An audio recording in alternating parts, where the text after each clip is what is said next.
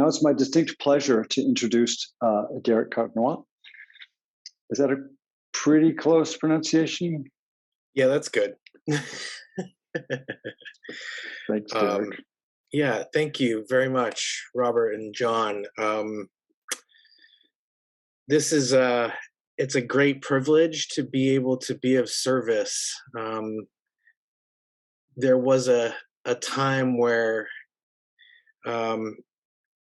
like I would call home or try to reach someone in my family or someone that was close to me, and the response was like, what do you want? Or how much is bail? Or, there just wouldn't be an answer. They wouldn't pick up. And now it's, there's actual real conversation there. So it certainly is it's a privilege, that I get to do this. Yeah. And so, I wrestled with the idea of, presenting certain things, recovery and the intersection of recovery and mindfulness or contemplative practice in general. For me, those are two very broad and deep subjects, and I could talk about either one for hours on end. But I generally engage in these types of service commitments with very little scripted in mind. And so I'm going off of this topic of, connectedness and relatability and how we are able to connect. And I think just in having the time to really consider this opportunity to present and to meet you all and to do this and the role that mindfulness-based emotional intelligence skills has played before I knew it was called that, and after I was trained in it. Just everything that any of these organizations that I've ever been involved with, the intersection of that and my recovery. So, and in the spirit of this topic that I'm hoping to present tonight or talk more about, I felt that for this type of subject matter, it's better.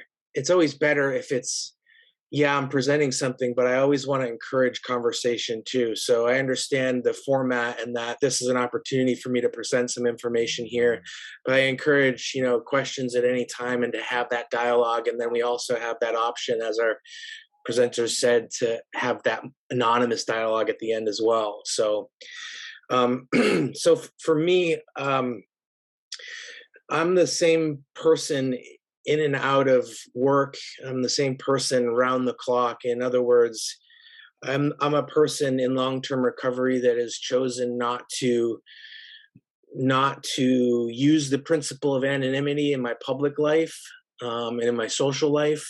That's just as what's worked for me. And so I'm very open about this stuff. There really isn't much that I'm not willing to share. So with that said, there was a time a long time ago. I guess I break my life down into really two pieces. There's the part of my life before I was in recovery, and then there's the part of my life that's happened since making that decision to get into recovery. And for me, my story is I didn't wake up one day and was like, today's the day I'm going to treatment. I had to be removed from my environment. And as a former justice involved individual, that's what it took for me to finally say, here's an opportunity. At the time, I was looking for a way out of doing the things that I was doing to stay loaded on a daily basis. And what I was doing caught up with me. And that for me was the opportunity that I seized. And, so I was involved. I'm originally from New Hampshire. I was involved in a diversion program up in New Hampshire, where I committed to a minimum of 1 year of substance use treatment. And like at that point in time, I didn't even know that And this was in 2011. I didn't know that recovery was anything other than like what people did when after they got surgery. Like I didn't know that it was like um, I didn't know that like I had a terminal illness that was going to kill me, and that really my only hope for survival was to do something or a series of things to put that into remission. I didn't get that part of it. I didn't understand that. And it wasn't until I got into treatment and started going through that process. I did residential treatment, and I just kind of jumped in head first. And for me, it was, I'm the kind of person that I like to work, and I'm not afraid of hard work. And for better or worse, I'm not much of a talker. I'm more of a doer. So that worked in my advantage, and I just kind of did everything I could possibly do and availed myself of all the resources. And it was just what unfolded was it opened up so many more doors of things and like complicated issues that I hadn't looked at, or that I was barely aware of, mental health and otherwise, and all kinds of other issues that,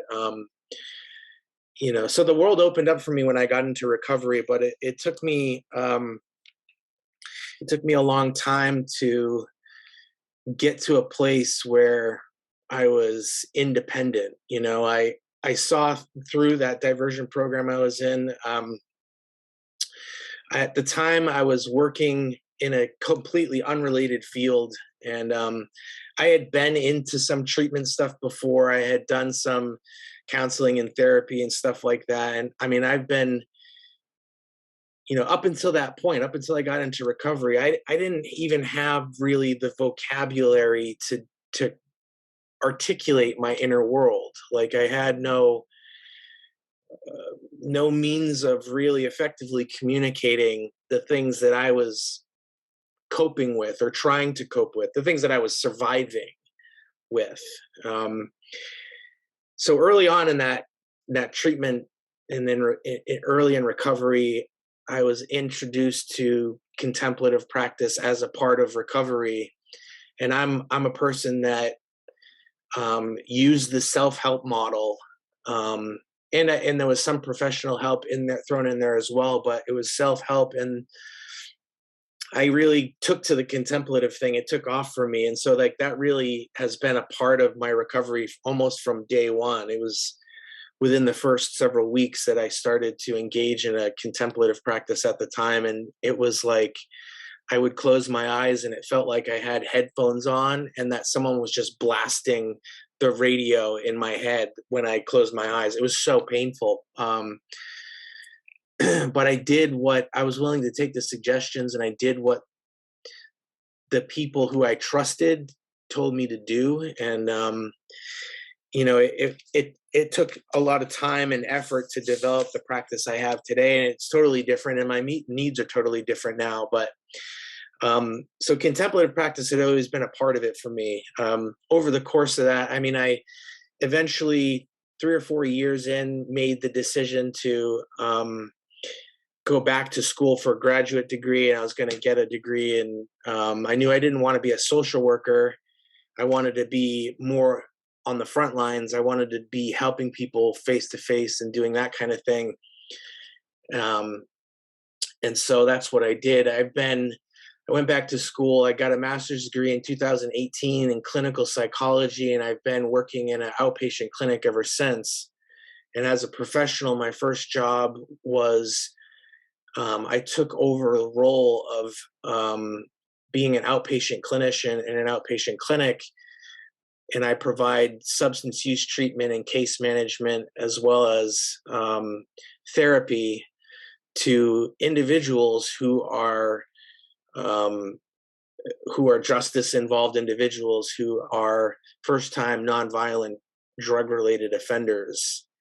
So these people that I work with today, currently as a professional, have the opportunity here in Western Massachusetts, in this part of Massachusetts, to sign up for this program. It's entirely a completely voluntary program where people commit to a minimum of 6 months of treatment, and at the end of the 6 months, or it could be 7, 8, 10, 12 months, 18 months, they'll have that charge or charges dismissed if they complete the program. So I'm kind of hands-on in that process in varying degrees. As an outpatient clinician, I also provide intensive trauma resolution therapy, EMDR, and I have several other modalities I engage in regularly. But all the things that I do with my clients on a daily basis are things that I currently am doing myself, have done in the past, or are willing to do. Of course, everybody's different, and everybody has different experiences, and there are some things that I that I have to seek outside help, or I can help people acquire that type of help. But for the most part, everything I do is based off of meeting people where they're at and personal experience. Excuse me. So, yeah.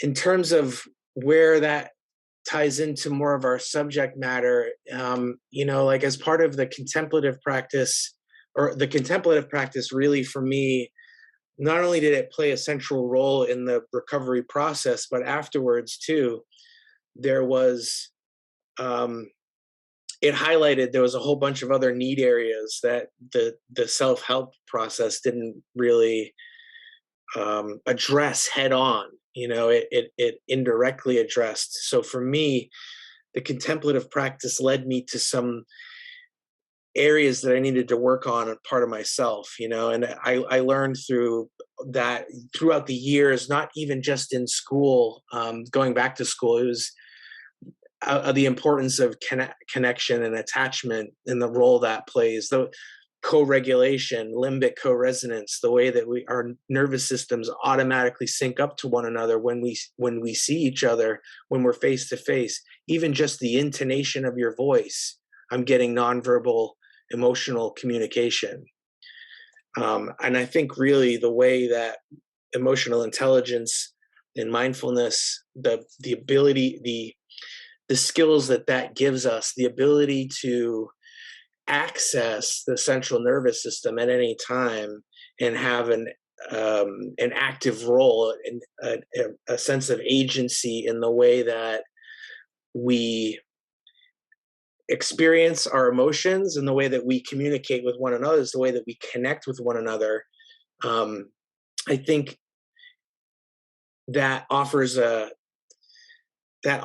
people who engage in that practice a unique way to, it's a direct and expedited way to be able to navigate those types of any relationship in a more skillful way. An example of what I mean is, I give people that are new to the practice the advice. I talk about the way that our nervous system, our autonomic nervous system, and the rest and digest nervous system is activated when we exhale, the literal sigh of relief, and how that's our body's natural sort of prompt to activate that part of our nervous system to sort of break up, to make more manageable and digestible all of the distressing, difficult emotions that are in our sympathetic nervous system. We have access to that at any time by manipulating the exhalation. And the presence of mind that the sort of contemplative practice gives us allows us to have sort of one foot in our inner world and the other foot based on or in the communication that we're having with one another.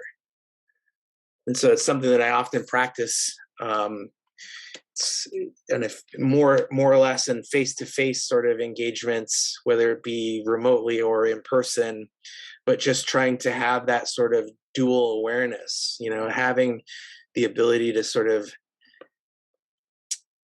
hold or to be aware of what's going on inside, while also paying attention to the nonverbals, the intonation in someone's voice, making sure that like I'm listening and not just waiting to talk. I think that for me, that all of these things were sort of counterintuitive and sort of revelatory in that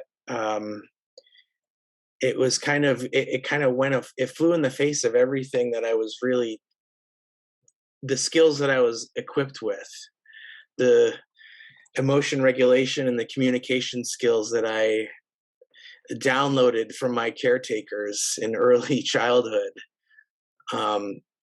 So yeah, I think that I want to see if there's any questions that anybody has about any of the stuff that I'm talking about, or maybe we can try to have a little bit more dialogue at this point.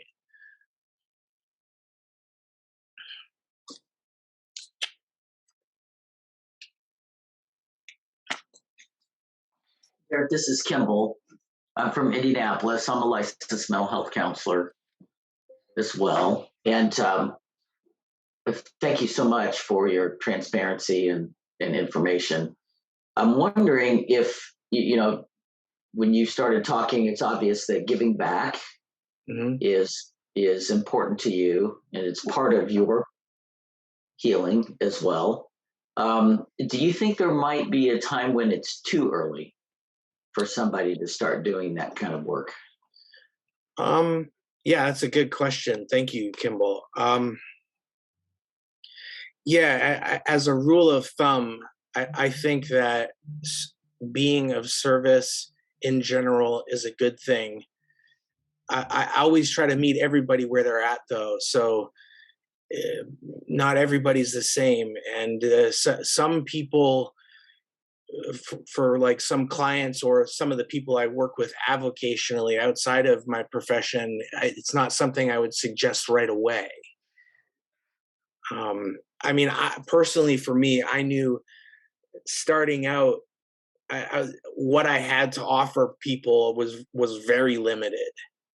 I was fortunate enough that I was encouraged to volunteer early on in the first several weeks that I got to treatment, and that wasn't in no way directly related to recovery. But I think that being of service offers a unique opportunity where I can, or people that engage in it can, some people might find relief in being able to absorb themselves in service work, because it means they're not focused on the inner sort of battle, the struggle that's going on in early recovery. So for me, that's useful. And sometimes, you know, I just try to have conversations with people and find out where they're at. You know, if that's something that if there's obvious signals that that's something they're receptive to. But I'm always planting those seeds, and whether or not they grow depends on where that person's at, you know. I always tell people it doesn't matter if you go to self-help or whatever you do to recover. I think all successful means of recovery have similar elements in them. They all offer a way to transform our relationship to ourselves, and they offer the ability to connect with others in a skillful way, or in a skilled way, you know, and learn how to get our emotional needs met from one another. And there's the opportunity to be of service, you know, whether that's self-help or whether that's, you know, an evidence-based approach to recovery or whatever it is. We can find those elements in these different approaches to recovery. Appreciate that. Doug, yeah, thank you. Doug Abernathy, also of Indianapolis. How you doing, Derrick? Hi, Doug. I'm good. How are you? All right, man. I'm a 32-year veteran of the Indianapolis Fire Department, and I'm trying to understand contemplation as you said it, and I'm trying to compare it to mindfulness, or even meditation, where we're looking to clear our minds But contemplation is where we seriously fill our minds with something, is it not? Yeah, that certainly is one way to define it. Yeah, I think And yeah, you're on. You got it. yeah, that seemed to me, I mean, I've not really done it because I know what happens to me when I attempted to think about something. It leads to another thought and another thought and another. Next thing you know, I'm off on a tangent Yeah, somewhere. yeah. And so can you break it down to me? How can you stay focused Mm. in that type of, is this a way of meditating, or, is it, what do you call, to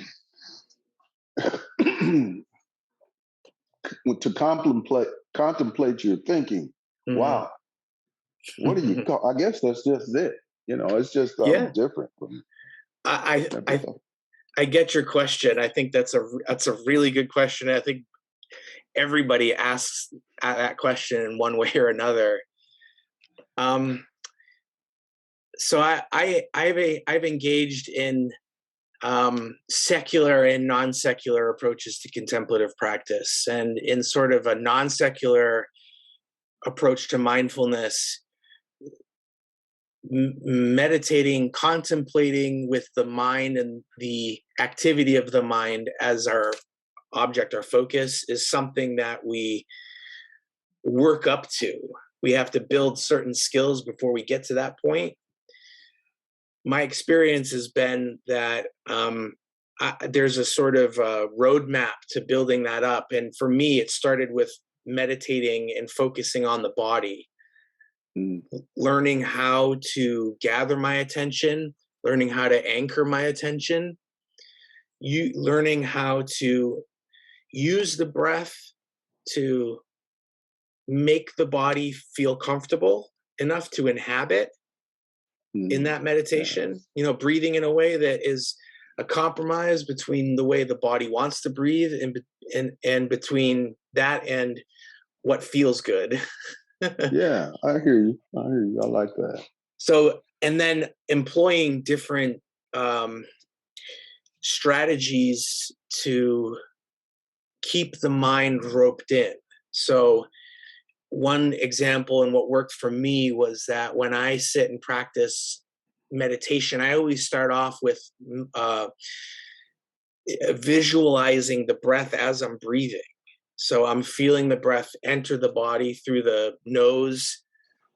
Some people in some traditions call it 4-point breath, where you follow the breath at 4 points. So entering the nose, maybe in the back of the throat, the chest, and then the belly, and then in reverse order as you exhale. Okay. So you're giving the mind something to do. Otherwise, it's going to pull you along like a big old dog, right? Yeah, I like that. I see what you're saying. It There's helps you focus. Yeah, and there's a number of different ways. That's just one example. Another one that I like personally is visualizing that when I breathe, every time I inhale, that the breath fills a little bit more of the body every time. So like an example is in my mind, when I'm sitting, I picture just the outline of my body. And I'm feeling my body. And then every time I inhale, a little bit more of that kind of, I become more and more aware of the body as I breathe more until I feel the whole body with every breath. Like, and it's just it make it sound like it's a slow motion pan over the body, but it's a split second. It's a moment of awareness, but engaging the mind, training it. So I have an example, maybe. As we were doing our meditation earlier, I was in a real good place. And initially I could just feel my heartbeat in my chest, but I worked hard at feeling my heartbeat from my toes to the top of my head and in my fingertips. But I had to push that thought. Would that be contemplative? I would say so, yeah. Okay. The attention is like, the mind is like a child. Like we have to, it's like trying to herd a cat. Like we have to constantly bring it back to where we want it to be. Yeah. You know, and sometimes when we do that, the displeasure, you know, those thoughts of like, this is exhausting, or the frustration arises, and that only compounds the already difficult task of trying to keep that attention here. But it's just bringing it back over and over again, and let yourself off the hook for that mind wandering. Because if you had control, if you could control it, you'd have been able to control it by now. The mind does what it does, just like your heart pumps blood, like your, you know, like the muscles in your body, like any other organ. The mind does what it does. It thinks.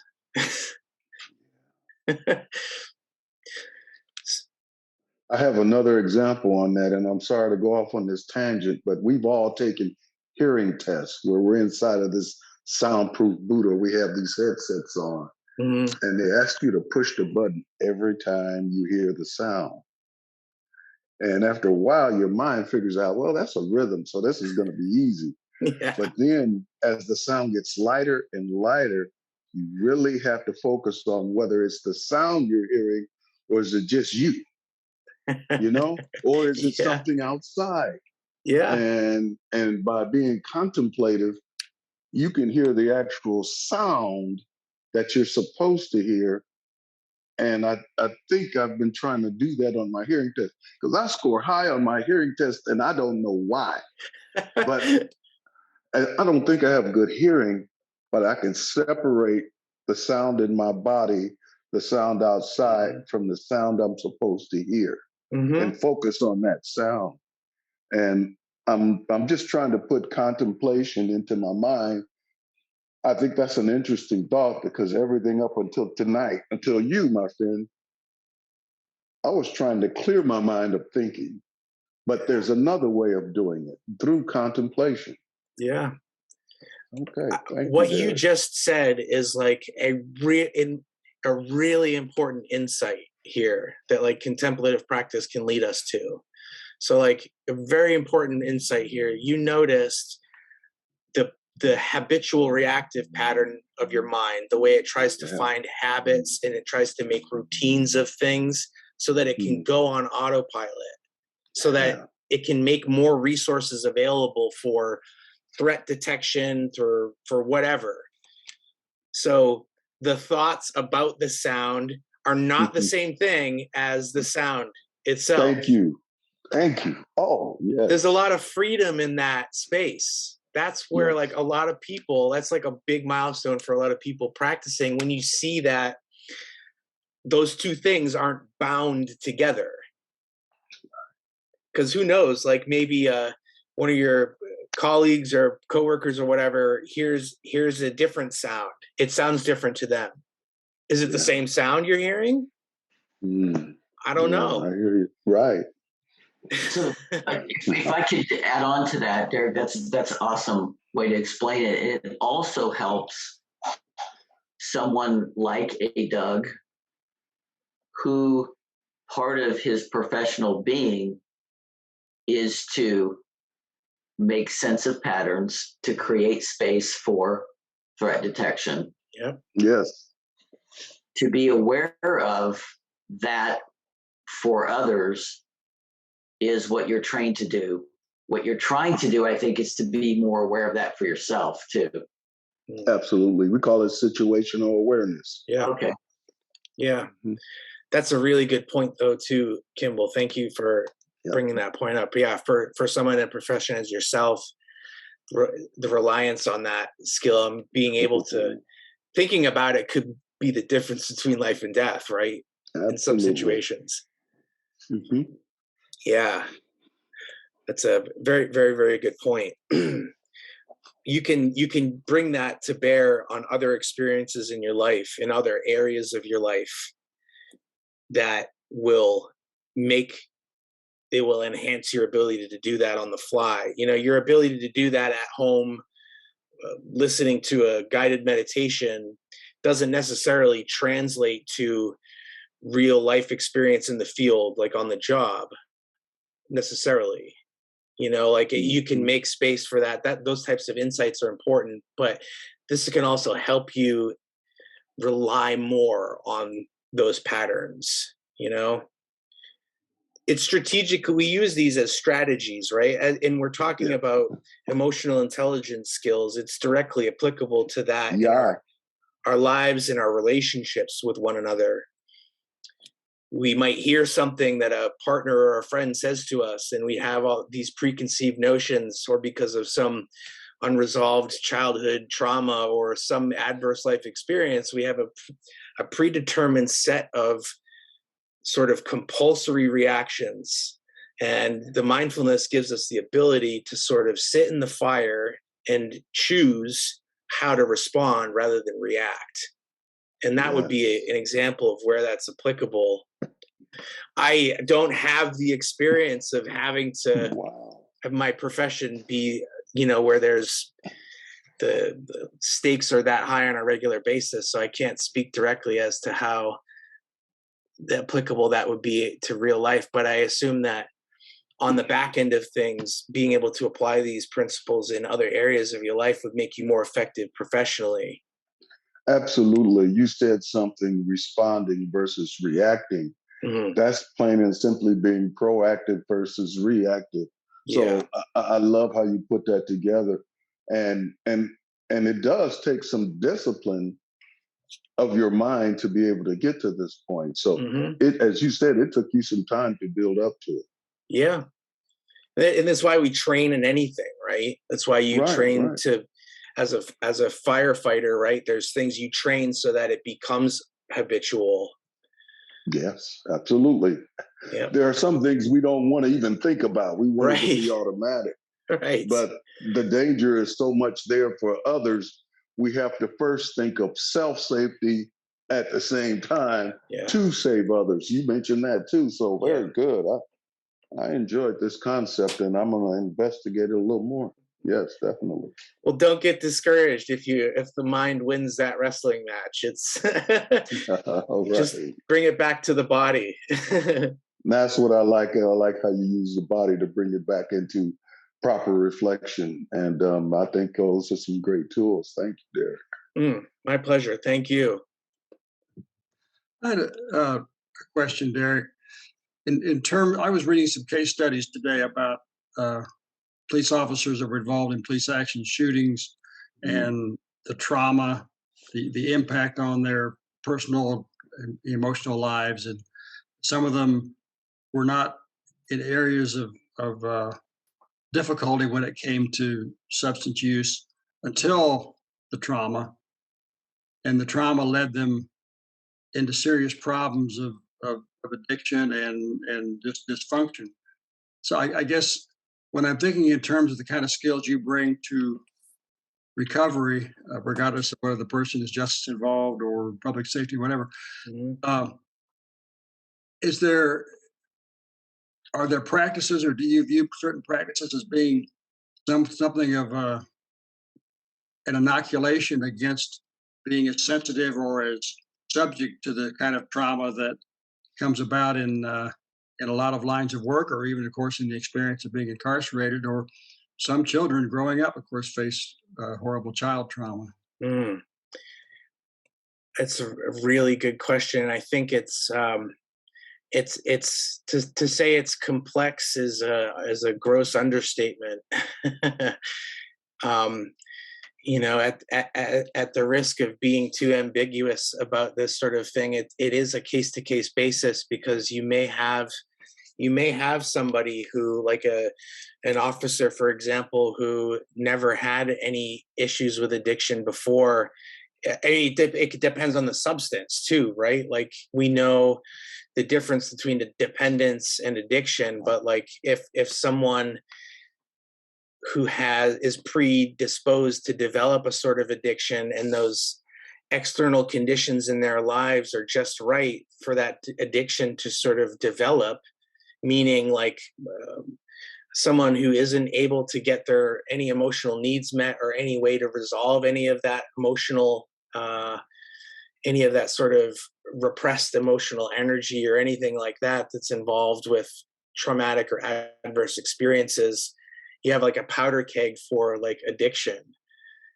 You know, the addiction sort of with opioids, like let's take opioids for example, any opioid or opiate, whatever. You know, anybody that takes those substances will become dependent, but not all people will become addicted. You know, it's, and what that person does, I'm a firm believer that the addiction in general is progressive in that it, you know, it can never be, it can never regress back to a state where I can use whatever that substance is in safety. I think that there's no advantage whatsoever for people to be able to moderate certain substances like that. And so like the question is there's other antecedents, there's other complex factors involved in that where addiction and trauma meet. But I think that in terms of, to answer your question about like inoculating or things that we can do that are proactive to maybe give ourselves a better chance for those, to stop those things from developing, to sort of buffer against that, is having a way where we can express those emotions, a way that we can feel the emotions that are involved with whatever trauma it is. And it doesn't matter whether you look at EMDR, which is eye movement desensitization and reprocessing, or if it's progressive counting, or any number of trauma treatment modalities. They all enable people to feel and process in real time, to experience the emotions associated with the traumatic events in a safe and empowered way. So in EMDR, for example, we empower the person to bring to bear all the resources that they have to feel the emotion in a safe container. They have say over how long they do it for. If they don't feel comfortable, there's a way that we can decompress that. But there's a protocol in which that we follow, that person's able to express that emotion, whether that's articulate in words or just through nonverbal communication. Someone just, whatever it is, sobbing quietly, whatever that means of expression is. Any of the number of the experts that you read about this you'll find that they all say similar things about the way the body stores these emotions. And if we have repressive tendencies as it is to repress certain emotions, that just predisposes us to developing sort of trauma. So I always just advocate for that, right? It doesn't have to be like, I spend an hour every night just completely overwhelmed crying in my bedroom alone. Like, it can be with a mental health professional, making that sort of maybe more palatable. But I don't think there's a way around that. We have to go through those emotions in a skilled way, in a safe way. Mindfulness does a great job of that because it kind of gives us similar skills that like something like EMDR gives us. It gives us a way to contextualize, to manage, to break down parts of our experience into digestible chunks. So like when I choose to just be mindful or aware of my body in and of itself and ignore what my mind is doing, and then, there's different areas that I can be hyper-focused on. So I know that if I can regulate my body, if I can focus on the way that my body is somatically expressing the emotional signals that my brain is sending, that the stories my mind tells me about the emotions don't matter as much. I can deal with those later. I don't know if that makes sense, but if I'm able to feel what's feeling in my body, just the sensations, not my story about what that sensation is. So EMDR or in other therapeutic modalities allow us to sort of explore that in different ways. But ultimately, I think that is a core part of it, is just being able to experience in a safe way, not comfortable, but a safe way. Maybe it's comfortable, I don't know. But for most people, it's not that comfortable feeling that stuff. There's a reason why our brain suppresses it and hides it from us. But all those elements, I think, are key to addressing that.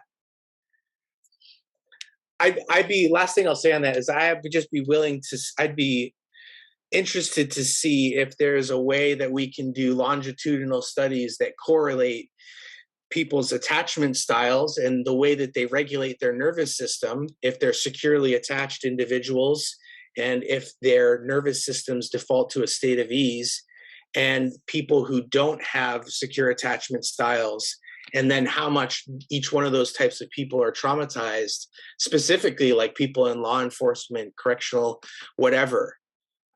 I'm willing to bet that people that have difficulty with secure attachment relationships and have difficulty regulating their emotions are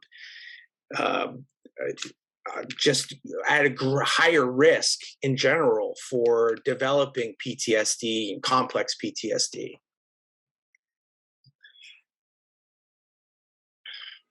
Derrick, I had a follow-up. Oh, I'm sorry, Doug, go ahead. We've talked about trauma more so in a psychological aspect, but I have a physiological reaction to some vicarious trauma that happened to me as I was a child, because I watched my parents, my siblings and I watched our parents, my father beat my mother and things of that nature. So anytime I hear a man's loud argument with a woman, my blood pressure goes sky high, and I can't control that. Yeah. You know, I'm thinking, because it puts me in a not just fear but a protective mode. Yeah.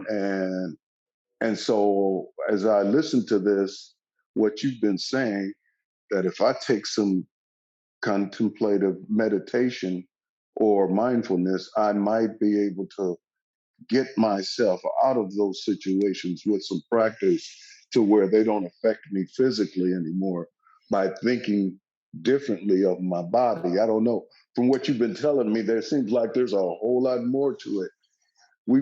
You've just scratched the surface tonight. You're right. And that's that's a very astute observation, because that is kind of what I'm saying. And I guess to speak directly to that, what we do when we're in intensive trauma resolution therapy is that we use those powers of mindfulness and awareness and some other emotional intelligence skills to keep those higher functioning parts of our brain online as we bring up the difficult emotion. That's the key part. That's where the mindfulness comes in. That's where being able to regulate your nervous system using the breath and using mindfulness comes in. It helps us keep that ability online while we do it. That's why you don't ever jump into you don't go after the biggest elephant in the room first. You just, you kind of start off with small and you learn a little bit. I never go into like the big trauma that people have. You start off with something smaller, something that's a little bit more digestible. So you're able to kind of get that practice in keeping those systems online, like keeping your ability to stay present in your body, to not dissociate, to not completely, just disappear in mind. So you're right. In a nutshell, that's essentially what you do. I always tell people, I'm always, EMDR therapy, those trauma resolution therapies are only half of the practice. Like the other half is actually taking those insights and the way that you transform that trauma and applying it in real life to everyday regular relationships. That's the only way that we create new emotional beliefs that overwrite those old emotional beliefs, is through experience. That type of emotional memory just works totally different than, like, if I told you right now that, scientists discovered that gravity wasn't a thing, you'd be able to discard that old fact and replace it with the new one. Emotional memory doesn't work that way. It's overwritten, and it's created through experience, through the realm of the senses. So you take those insights that you learn in EMDR and you apply them to your everyday relationships, create new emotional beliefs.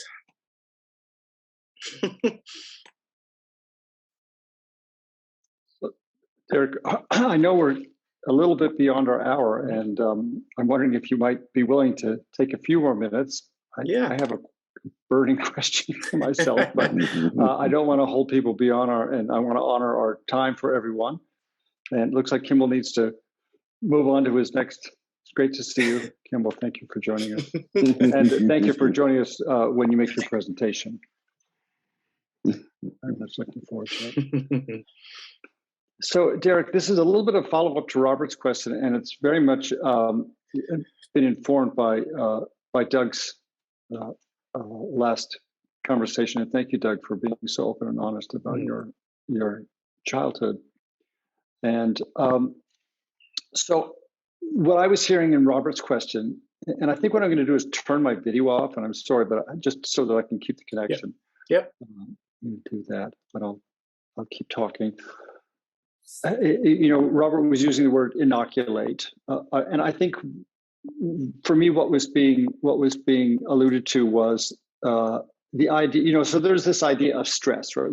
We're all going to experience stress. Stress is actually good. So when we consider, what is exercise? Well, exercise is putting stress on the muscles and bones, and that's absolutely needed as a human body to thrive, right? And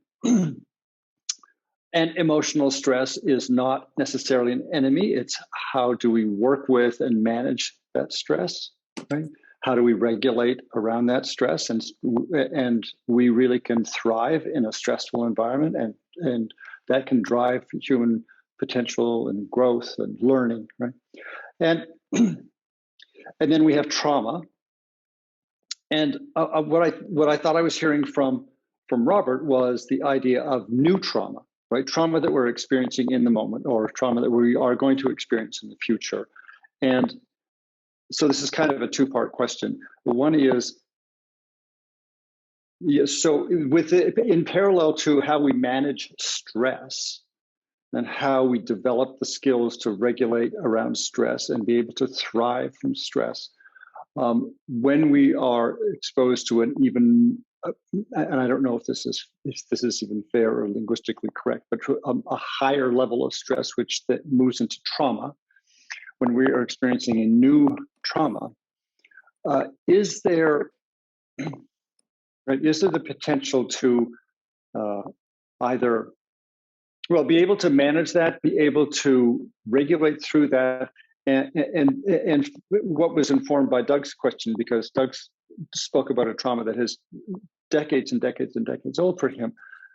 Is it a matter of timeline, sort of how long it takes us to transform the energy of that trauma, right? So can that be done in a quite a quicker timeline when we're presented, if we're trained up and have those skills, if we're presented with trauma, a new trauma that we are presented with on the job, through self-regulation and through being in touch with our body, being able to manage and actually, work with those emotions.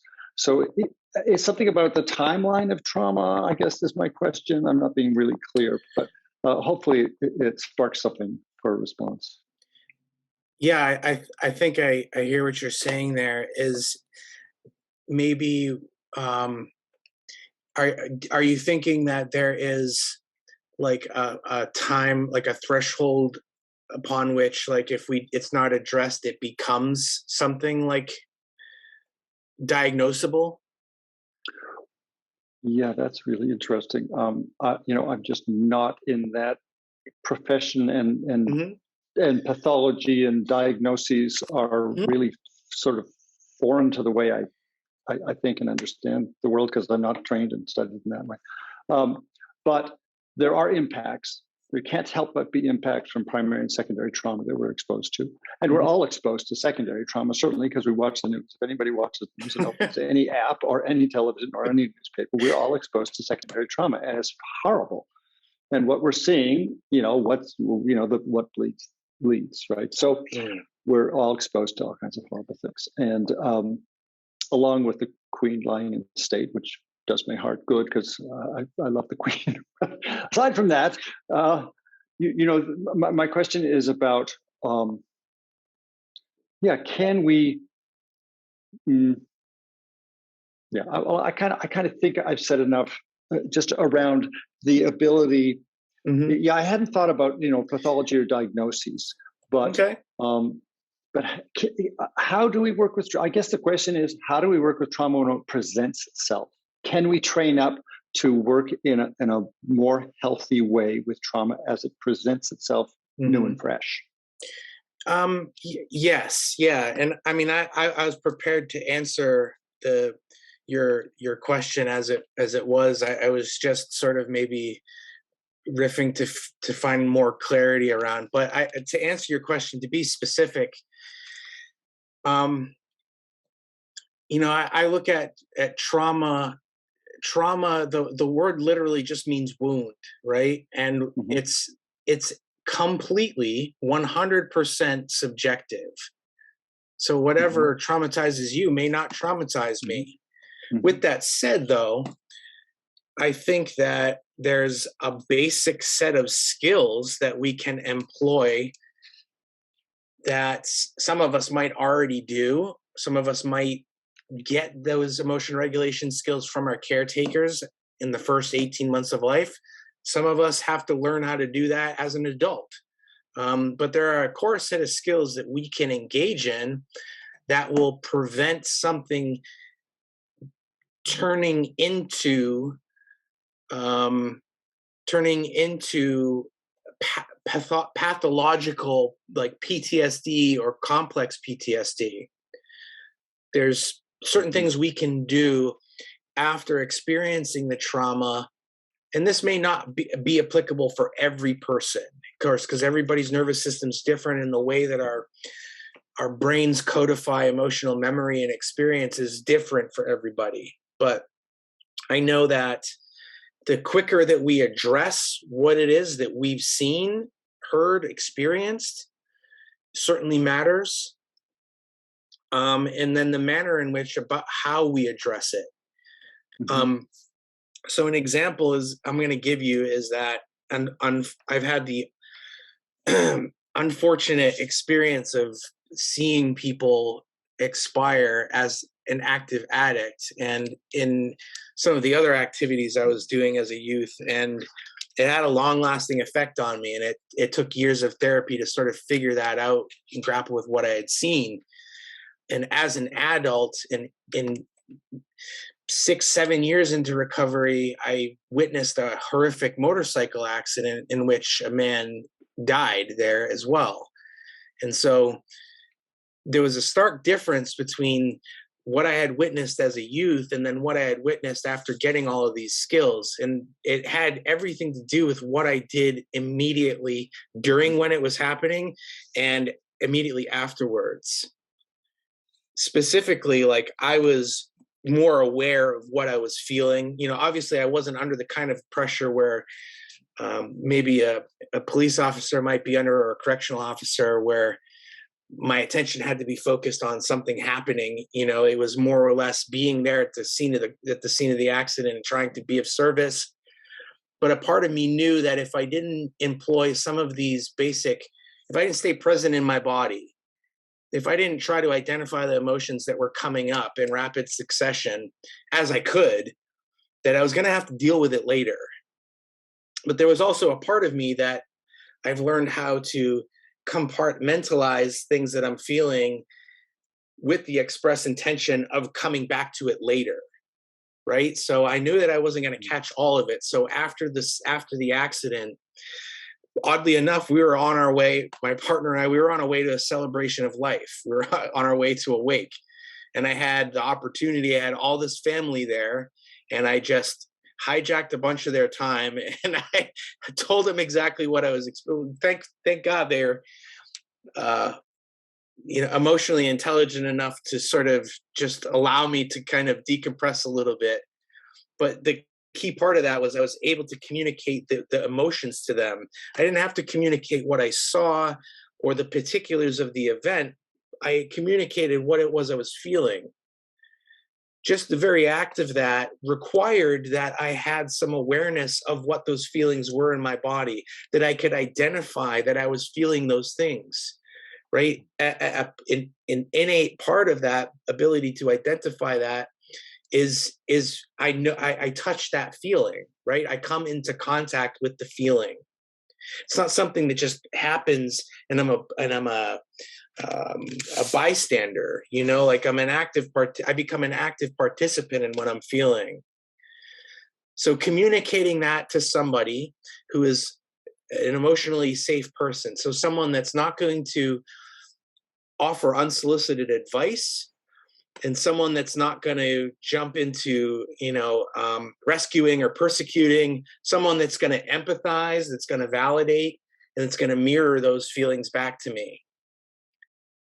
My nervous system at that point in time when I was articulating those things to those people, their nervous system, they were able to stay regulated. So by virtue of that, my nervous system synced to their nervous system. It's the basic premise of why some talk therapy works.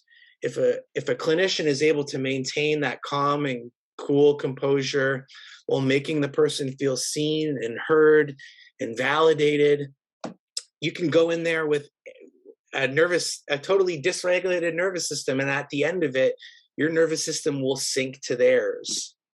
That's just how our bodies are primed to work. It's our one evolutionary advantage over hundreds of thousands of years of evolution, our ability to be in community with one another, to be in relationship. So those skills, the ability to identify, then to articulate to someone who has good enough level of emotional intelligence to receive that information, and to be able to regulate your nervous system down. Those are key things that I do, that I try to engage in as quickly as possible after it happens.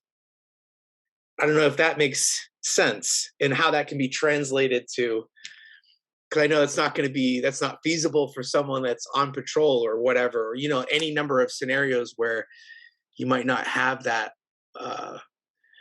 privilege right away. But the sooner the better.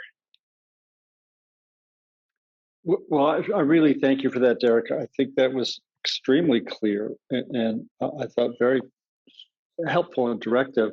And there's a term that we use in our work that trauma gets lodged in the nervous system. And I think you helped clarify my understanding of what I'm saying when I say the trauma gets lodged in the nervous system. And I've studied a bit of Bessel van der Kolk's work about how the trauma gets stuck in the body, and the nervous system is the body, and the body is the nervous system. So, a yoga teacher I did a yoga retreat with once. Her name was Nikki Myers. Yes. She's in long-term recovery. She says the greatest thing: issues are in the tissues. So you're right. Yeah, the body keeps the score, right? Yeah. Well, thank you so much for this evening and for taking even extra time for us and for being of service to us, Derrick. I so appreciate it. It's my pleasure. Thank you for the opportunity, really. I get to do this. It's great. Well, I think this is a valuable recording, will be a valuable resource for many others as well in the future. Awesome. Everybody be well till we meet again. Yes. Excellent. Thanks, to see everybody. You, really pleasure to see you. Sandy, thank you. Good night. It's nice to meet Derrick. you all. Andy, thank you, Derrick. Good to see you, Doug. Good night. Good night.